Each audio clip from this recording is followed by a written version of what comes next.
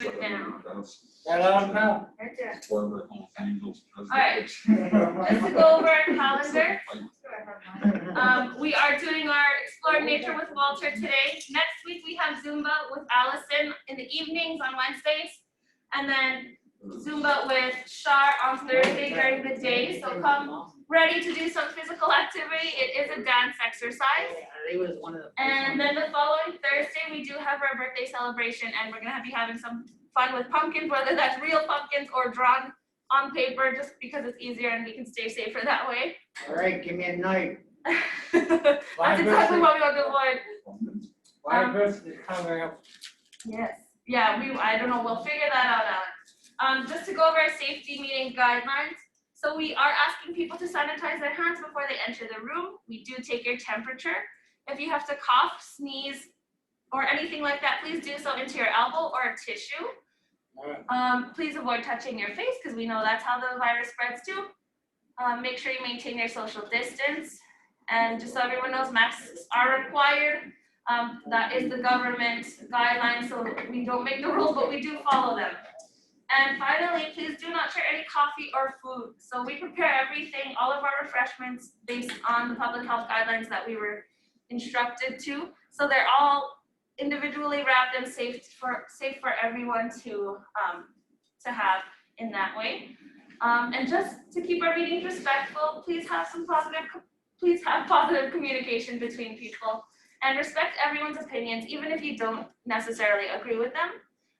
Please allow everyone to participate in the group. If you have a conversation with someone else, please do so outside the room because we do have to be mindful of the microphones around the room. We have to remember our online folks and that they can hear all the little sounds that we make in the room, including chairs scraping against the floor, wrappers, water bottles. So please be mindful of the sound. You'll notice microphones in each quadrant of the room, and that's how the sound picks up for our online folks. They can see and hear everything we do, and we can see and hear everything they do. So that is how it works. They're up here today. We have a few members joining us, Dennis, Yvette, Glenn, and Lana, I think.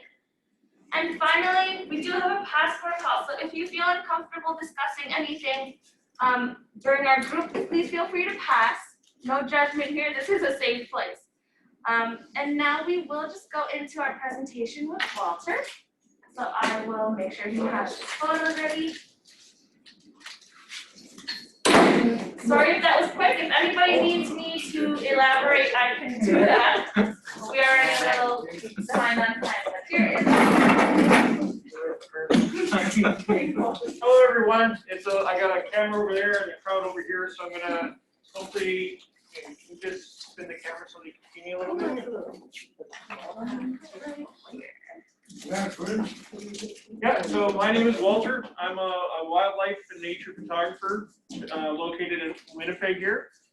I was asked today to come in and just talk about some of my photographs and some of my experiences taking wildlife photographs and spending time in nature. So that's what we're going to do today. So one thing I wanted to talk about is how nature can be found anywhere, even in the city of Winnipeg. So most of the photographs I'm going to share today have been taken right in the city of Winnipeg or just outside. These first series, just went dark. There it comes. This first series are all just taken right in my backyard. So this is a dark-eyed junco that I was during a snowstorm right in my backyard. So you don't have to travel far. You can find nature just outside your door. That is a dark-eyed junco. Oh. Yeah. So So this one is a purple finch, again, just in my backyard.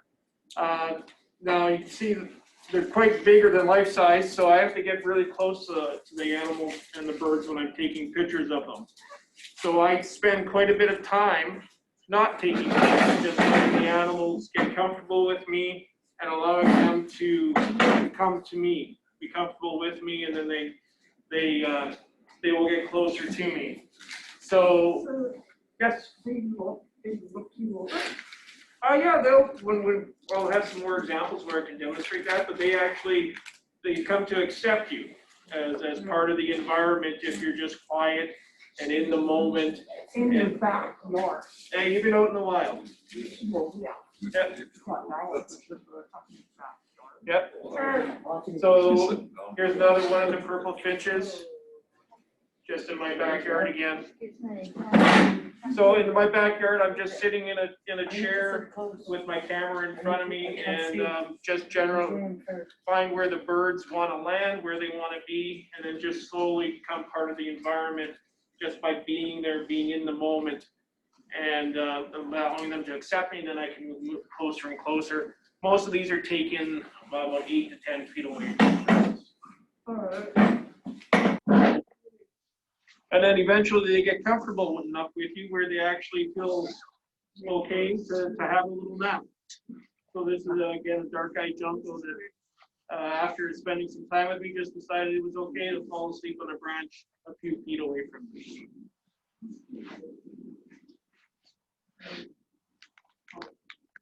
And this little sparrow is on my front yard. So again, just outside my door.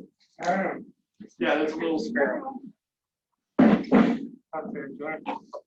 Pardon me? There's very different kinds of sparrows. Yeah. This is a Lincoln sparrow. Lincoln sparrow. These guys are so small, they're only a few centimeters long. They're the smallest sparrow we have.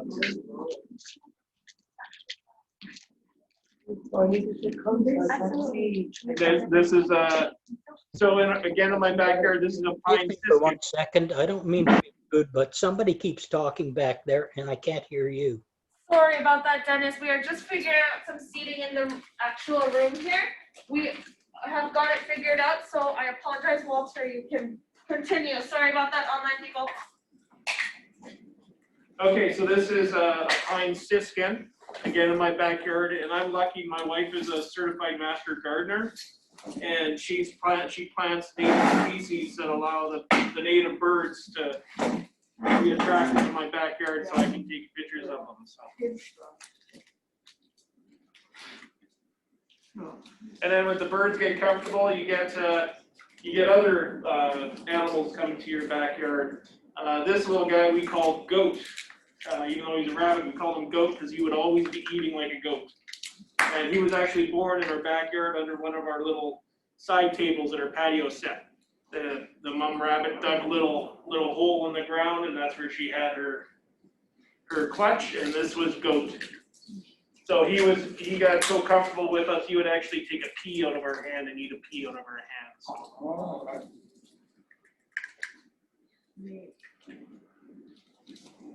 So again, with this one is an American goldfinch, just in my backyard. Again, once you're in the zone, as I call it, you become one, and they just ignore you and let you get nice and close. Yeah. But you're using a Yes. You're using a telephoto lens. Yeah, most of the time I'm at either anywhere from 400 to 800 millimeters usually. So longer lenses, yes. So I was lucky enough this spring to find a family of great horned owls. And I spent several months, probably close to 3 months with these owls over the spring and early summer. And the first while I didn't even take pictures, I just let them get used to me. So every day I would go around the same time, I would wear the same shirt, the same outfit, so they would be able to recognize me. And after a while, I would be able to get closer and closer. I would look for signs of them getting anxious or not being comfortable, and then I would stop, give them a rest for the day, come back the next day. Eventually, they accepted me, and I was able to get as close as I could. I was only about 8 feet away from this owlet, who had just got out of the nest. So I was able to spend quite a bit of time with them this year. Think you like you very much? Well, I think so. I think they liked me because eventually It's comfortable with there. they were comfortable enough with me. And if they were on a branch sleeping or they would be hiding in the, away from the owls or from the crows. And if they would see me, a lot of the times they would hop down the branch to a place where there was no branches around. Closest to you. So they could see me and they were comfortable and they would give me nice clear shots. Nice bird. Yeah. So this is one of those shots. When I got there, this owlet was in the, off to the left in hiding in the leaves and everything. And just by being calm and being in the moment, it saw me, it woke up from a little nap, it saw me, and actually hopped on down the tree into the nice open area so I could get some shots. And then again, after it was probably half hour or so, it decided to have a nap on the tree. Well, so they trusted you. Yeah, yes. Is that a Assiniboine forest there? No, that was, it was in the city of Winnipeg, but I can't say where because it was on private property and I've been sworn to secrecy. But it was within the city of Winnipeg. There's lots of areas in the city of Winnipeg to go to experience nature. You don't have to go very far, any end of town. Actually, I live in the north end and I've got blue jays. I constantly feed all the little critters around. I've got blue jays. We got a couple of peregrine falcons that have decided to nest. And what I see, it's amazing, like you say, what you can see. Yeah, there's parks everywhere. Buns Creek would be out in the north end a I little used bit. to go almost every day to the forest this year and last year and just absorb my little spot. And like you say, it's amazing what you can see Yeah. just in front of you.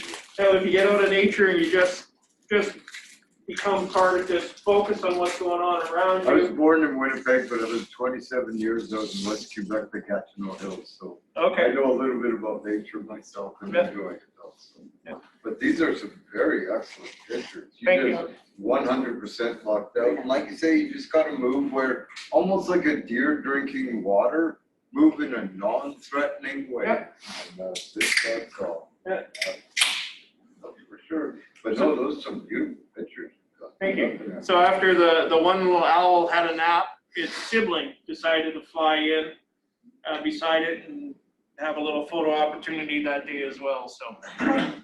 Camera hawk, huh?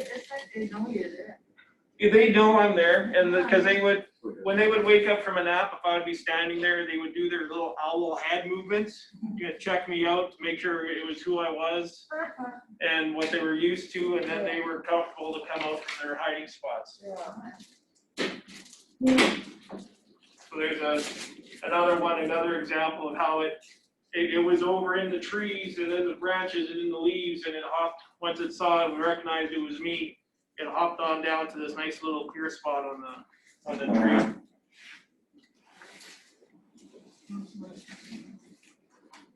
So this is the last picture I took of the owls this spring.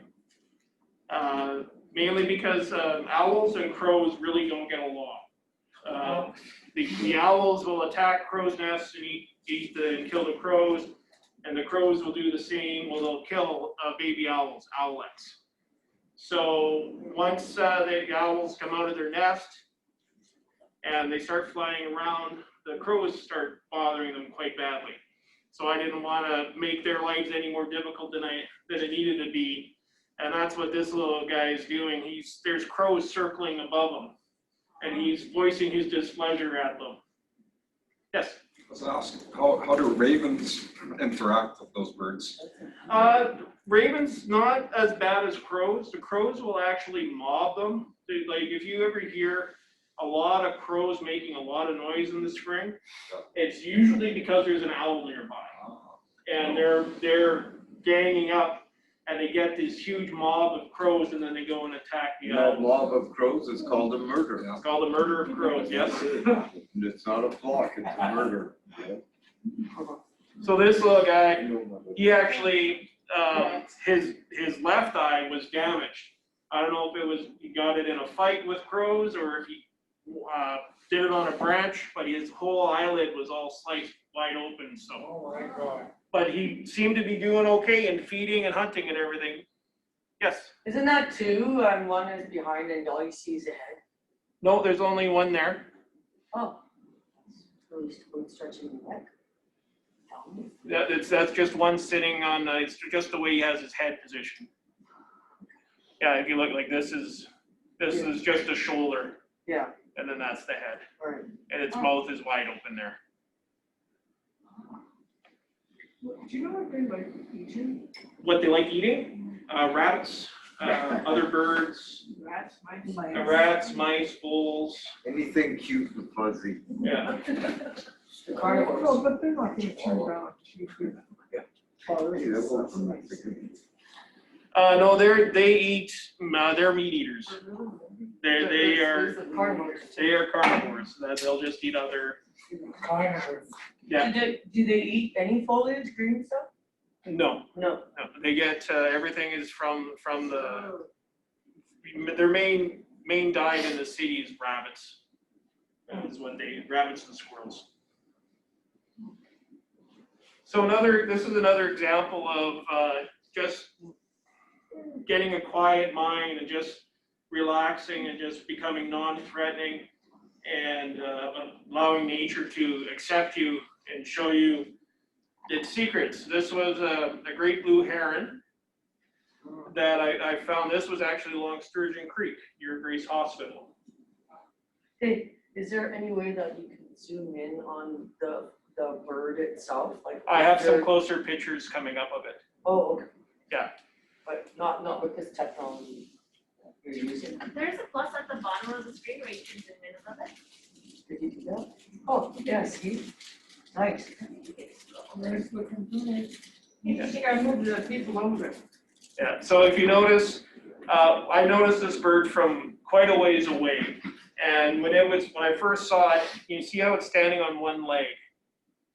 But you can also see how it's looking at me. So it knows I'm there, but it's standing on one leg. That's a sign to me that it's still comfortable. So One leg, on one leg. two legs. It has two legs, but Okay, one. a lot of wading birds like great blue herons will rest on one leg. Oh. So I would try to get a little bit closer, and if it got a little anxious, it would put its other leg down. So then if it did that, I would know it's not comfortable yet, just slow down, let it get comfortable, and it would go back to lifting that leg and preening itself, cleaning its feathers. So when it started doing that, I knew it was okay, I'd been accepted, he knew I wasn't a threat, so it allowed me to get right across the creek from him, so only maybe 15, 20 yards away from me. And then, after he was doing that for a while, he put his other foot down, looked right at me, and flew and landed a mere feet from me. He was about 6 to 8 feet away from me. That's cool. And stayed there for a good half an hour. And when birds get comfortable with me, I have a habit of talking to them. So just in a nice soft voice, we had a nice conversation about how fishing was in the creek that day, and he would look at me and everything else. So you get. Pardon me? He showed me where the good fishing spots were. Oh, yeah. But here's a nice close up of them. Oh, nice. So that's this is a young. Even though he looks like he's all beat up on the beak and everything, this is a young great blue heron. So after we had a little conversation for 15, 20 minutes or so, he flew back across the creek and showed me where his fishing spot was. So when I saw him, he was in his natural habitat doing what great blue herons do, nice and comfortable. I always try to, when I'm taking pictures of wildlife, I always try to find them in a natural state and leave them in that same natural state. I don't try to, I don't want to alter their behavior, or I want to alter their behavior as little as possible. Me being there is always going to have an impact on them, but I always try to make that impact as little as possible.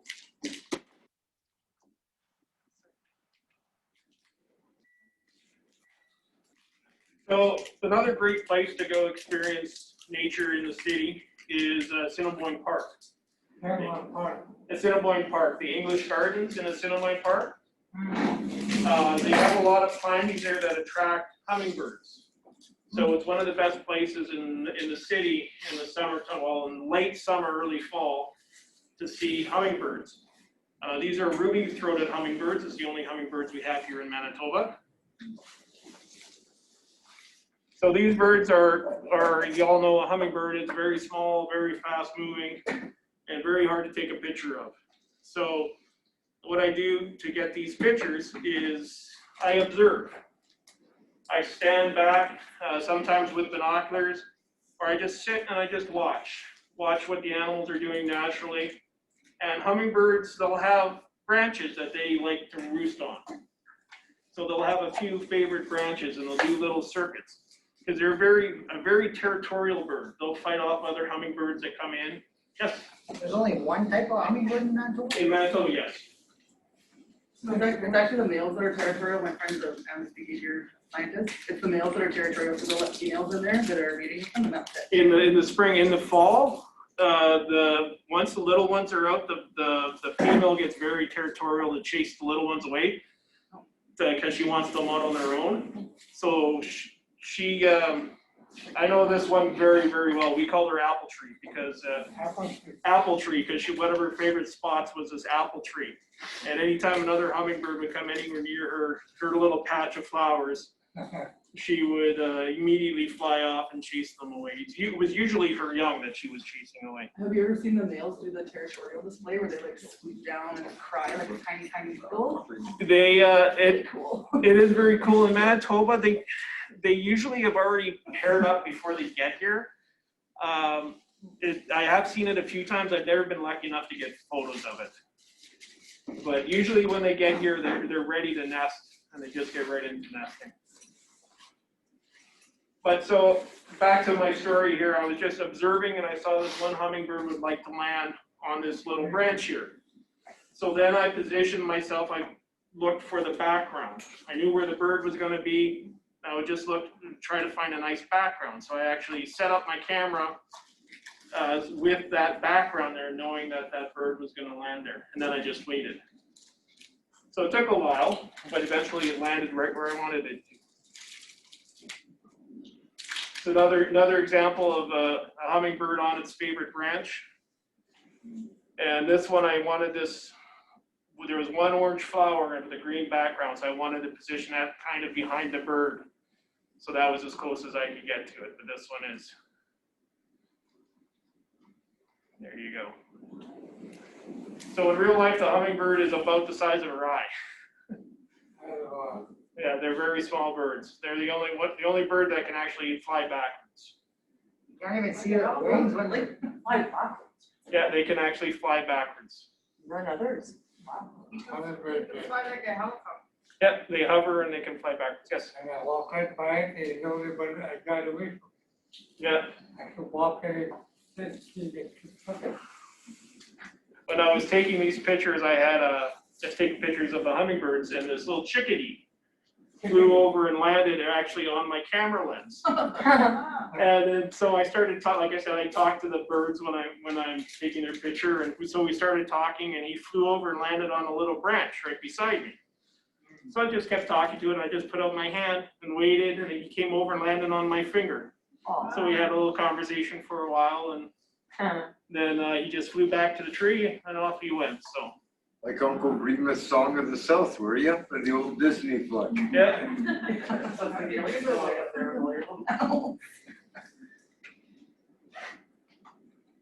This is one of my favorite shots of the hummingbirds, because it took me a very long time to get it. This is a calla lily. It's not a plant that's normally used for nectar by hummingbirds. It's just not really the right shape for them. But I saw this one hummingbird. This is a juvenile from this year, from this year's hatch. And he didn't know that he wasn't supposed to go to the calla lily. So I see him every now and then going to it. And if you look, he's actually holding on to the petal with his feet, because the flower is not the right shape for him to be able to hover to get to the nectar. So he actually figured out his own way to use the calla lily. So this took me quite a long time to get this shot. Are there bugs in there, like some plants that have bugs that set die, they go to oh, carnivorous plants. Yeah, there would be some ants and things in there, but they're just after the nectar. The hummingbird's tongue is about 1.5 times the length of its beak. So if you see their beak, their tongue will go out another 1.5 times. So it's, their tongue is, you know, probably almost as long as from the tip of its beak to the back of its head. Where do they store the extra? It's just wrapped around. It's not like a woodpecker.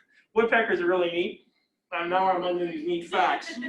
A woodpecker's tongue, how they don't get concussions when they keep hitting their head against the tree, is their tongue wraps around their brain. Oh. They have the way their tongue goes in, and it goes around their brain and supports their brain from getting, so that's how What is they it, 30 or 60 Gross. times per second or something they Yeah. hit? Something, that's why Woody Woodpecker was so messed up. It was. It's too bad that we couldn't do that over a year. Are you saying that The the wrapper tongue things around our would be brain. inside? Sure. No, it goes between the skull and the brain. But it's got like an extra channel that goes around, it kind of folds up Yeah. and goes around and fills that space so their head or their brain doesn't move in their skull when they're hitting their head against the tree repeatedly. Wow, we did some better. Interesting. Yeah, Awesome. more suited to the. It's not obvious, but that is. So here's another example of just observing and being in the right place at the right time. So this little guy again had his favorite perch, and I just waited for him to come in and to grab this shot. So again, took probably 800 to 1,000 images to get one good one that everything was nice tack sharp, just the way I like it. So You got that fast shutter thing on your camera, right? yeah, I do. Mine does 10 frames a second. Okay.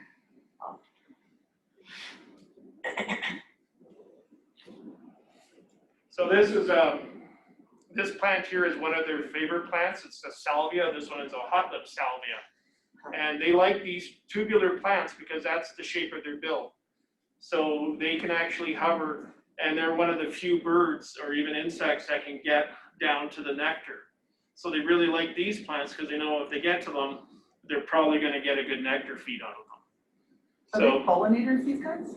yeah, when the pollen is out, their whole face and beak and forehead, everything is just covered in pollen. So that's how these plants have developed to be pollinated by certain species. Hummingbirds or a hummingbird or moth or clearwing moth or similar. Whereabouts are you doing the shooting? All these hummingbirds ones are at Assiniboine Park in the English Hey, Garden. Charlotte, can you put your mask on in between? Everyone else says, thank you very much. Yeah, I'm drinking my So coffee. am I having a tea for the last. So this is just outside the city. This is out, if you haven't have a chance to go a little bit north of the city, this is Oakhammock Marsh Thank you. in the winter. And I was just driving down the road one day and I noticed all these little mink tracks coming out of this culvert. So I just sat there bundled up, sat there in the cold for a few hours till he would come out, he would poke his little nose around the edge of the culvert and take a look at me, and then you'd go back in, and you'd come out a little bit more, take a look at me and go back in, and I would just sit there and be calm and relaxed, and What do we have? that's a mink. I'm Just checking out, eh? Yeah, you just checked me out, and eventually he came out of the culvert, and you would run over to this other little open area, and he would go fishing. Oh, wow. Yeah.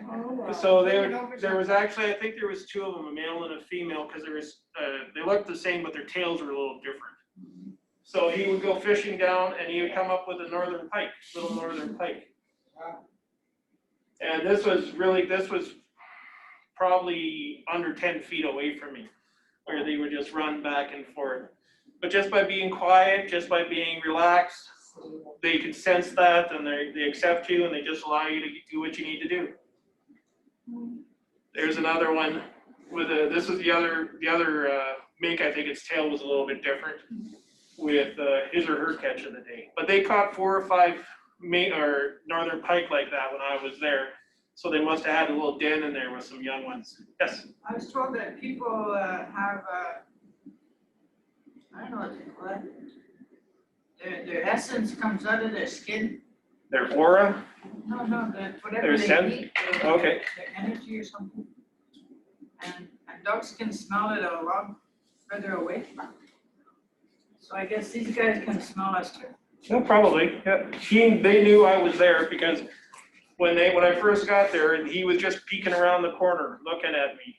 And he would come out a little bit, go back in, come back out. So it took a few hours for them to get comfortable, to come out and show me how they fished. Yeah. So that's where they were fishing, down in this little open spot in the ditch. That's quite a nice catch for a little mink, as long as he is. Now, if you really want to see how calm you are and how nature accepts you, this is one of the best ways to see how close you can get to a white-tailed deer, especially the female or the doe. They spend all their lives on high alert. Yep. So they spend all their lives on high alert. They're prey for a lot of things, and they have young ones to take care of as well. So they are constantly on high alert. So this again was just outside the city at a nice little provincial park, Beaudry Provincial Park, just by Headingley. Can you arrow where it is? Yeah, here, I'll zoom in for you. There's actually two here. So there's this one right here, and then there's another one right here. This one is actually licking her nose so she can smell me better. You see a deer licking their nose, it's so they can absorb more scent from the air, so they can smell you better. Oh, really? Yeah, they can smell, their scent receptors will capture more scent if they're wet. So when I first saw these deer, they were actually there was a group of about 5 or 6 of them, and they were all sleeping. So I would just, again, slow down, walk very slowly, very quietly. And when they woke up, this was just when they woke up and they stood up and they realized I was there. But because I didn't scare them, I didn't make them run away. So they just, after a while, they just accepted me. And then they started getting closer and closer. And this is a full-grown female white-tailed deer. And this is a burdock leaf. This leaf is about 3 feet long. Take that outside. Yeah. They love these leaves, and they would eat all of them. That's why she looks so fat. She's not pregnant. She's full of these leaves. Herbivores? Yeah. No, they're ruminants. So, but she ate probably a dozen or more of those leaves while I was there. So she had a lot of leaves in her belly. Do they eat the whole burdock plant? Just the leaves. Wouldn't they give her gas though? Burdock is very bitter, so I don't know how they ate it, but she sure liked it. She ate every one of those she could find. Yeah. So they got so comfortable with me that they all fed past me. They walked past me from about 6 to 8 yards away, and I was not wearing camouflage. I was just standing out in the open with my camera on a tripod, fully aware I was there, but they were just comfortable enough with me that they just. On my camera, I have a silent setting. So the camera is completely silent. There's no shutter noise. I did that at someone's party. Yeah. And 2 iron buses that house. They did, and then about 7 more wanted to cross after that. So this is good there one. Yeah. But what they wanted this, they didn't. Yeah. So they all just fed by me, and this was the big, mature, old doe. So she stood around and waited for all of them to go, and then when everybody else was gone, she gave me one little parting glimpse, and then she wandered off. But can anyone see the other deer in this photo? Yeah. No. I'll see it, doctor. Yeah. So here's an eye, and here's a nose. So this was a younger doe right back here. Yeah. So that's how I say, like, these are one of the harder animals to get close to because they're so well camouflaged. You got to be walking real slow. You got to be calm. You gotta be in the moment, even just to see them. The second deer, like she was only about maybe 12 yards away, and this deer was maybe 15, 16 yards away. But if you didn't know it was there, if you weren't looking hard, you could easily just walk right past it and not even see it. Whoa. Maybe she's calling. I like this one because this was about a month ago, not even a month ago. So she's getting ready for it. Yeah, getting ready for mating season. I like this shot because it shows that she knew I was there. She's old enough. Oh, this is an old, Oh, you think it- Looks back at you. their second year they'll breed. Second year? Well, the males know when to leave it. But I like the shot because it shows she knew I was there and she's looking right at me. But she was comfortable enough to turn her back to me and not have her tail up. So You know, you were hungry. I saw a real life one, go down, I don't know what street that is, but it was on assault there by that children at their school. I ran into the playground there and then ran out. yeah, there's so many deer in the city. It's It's like a little one. there's a lot in my near. I live in Woodhaven near Grace Hospital, and we've seen deer, raccoons, foxes, coyotes, all types of animals wandering through the neighborhood. So Oh, yeah. Oh, maybe Yeah. it's on my son down there. skunks. Yeah. My son lives over there. And there's the last parting shot. She said goodbye, and then she just wandered off at the rest of the deer that already walked by. She's pretty chubby. She's full of burdock. Chubby. That's a lot of muscle. What kind of birds are those? These are grebes, Western grebes. Cool. This is a nice story, but it's got a little bit of a sad ending. Last year, I found these Western grebes. This is what's called rushing. It's their mating dance in the spring. So they have this whole ritual where a male and a female, they'll swim at each other and their heads will be going back and forth, twitching back and forth. And then they get really close to each other and they do this little head dance thing. And then if she agrees, they do what's called rushing. They'll run across the water as far as they go, and then they both, at the end, they both dive down under the water. And then if they come up and she's still interested, they'll be together and they'll do a little head dance thing, and then the male will dive back down under, come up with some reeds in its mouth. And they do this, it's called the reed dance at that point, and they pass reeds off to each other. So this colony up at Lake Manitoba was probably about 3,500 birds. And they were all nested. They nest on floating reed beds that they make. And a huge storm came through and completely destroyed the whole colony. And I went back a little bit later and there was nothing but destroyed nests and broken eggs and everything. But the happy ending is that they renest.